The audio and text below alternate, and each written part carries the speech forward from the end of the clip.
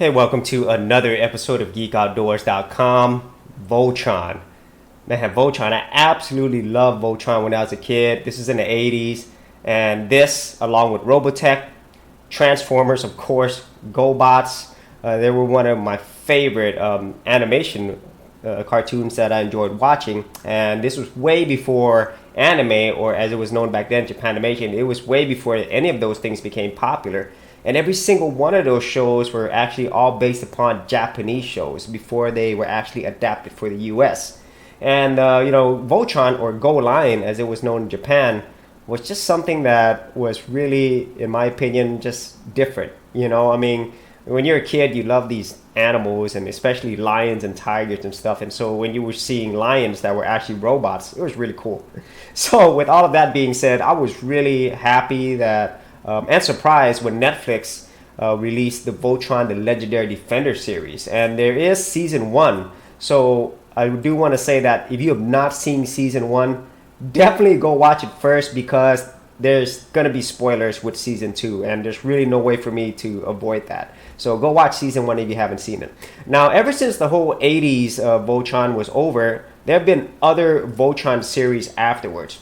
However, there really weren't anything to me that was as memorable as the original GoLion series that it was based upon. But whenever the Voltron the Legendary Defender series came out, season 1 was awesome, and I was just waiting for season 2 to come out, and here it is. And so, as I said a little bit earlier, I will be leaving some spoilers. And so if you don't want to be spoiled, go watch season 2 if you've already watched season 1. And so with season 2, the creators of the series did an amazing job of coming directly off of season 1. If you remember, at the end of season 1, Voltron and the whole crew actually went to the Galra Empire to take Zarkon head on. And they didn't really do a good job, because Zarkon is extremely powerful, and the Galra Empire, you're basically going against the whole fleet and big mothership. And so Voltron was pretty much, they were lucky to get out alive, and they had some help, which we don't really know who did it. They were able to bring down the barriers surrounding the whole Galra Empire base.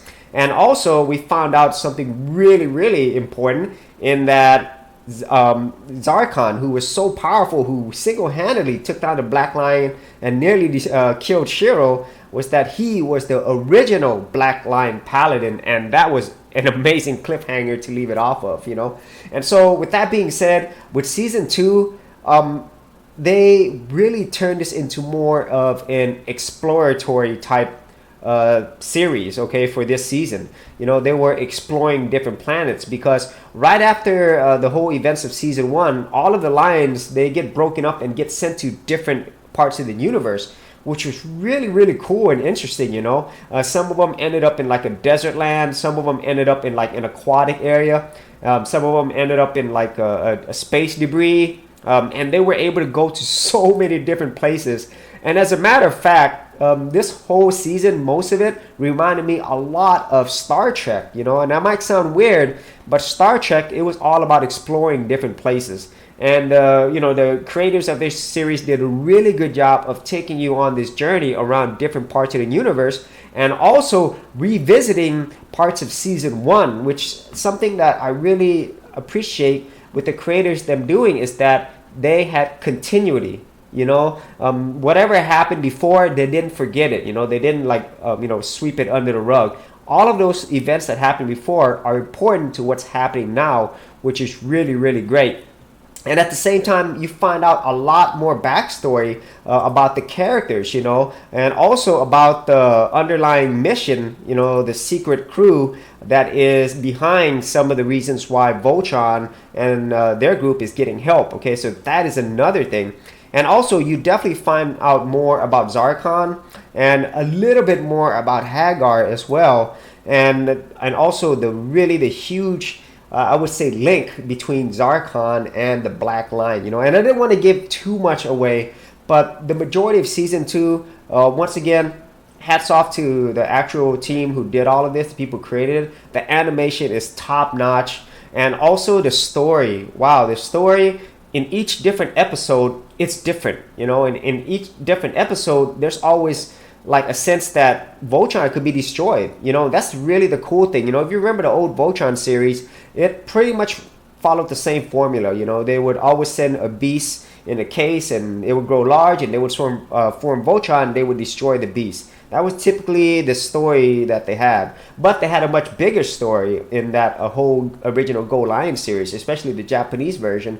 And the Voltron Legendary Defender series, it really focuses on this bigger story, and it's very, very character driven. And so that was something that I really, really enjoyed with Voltron, this season 2.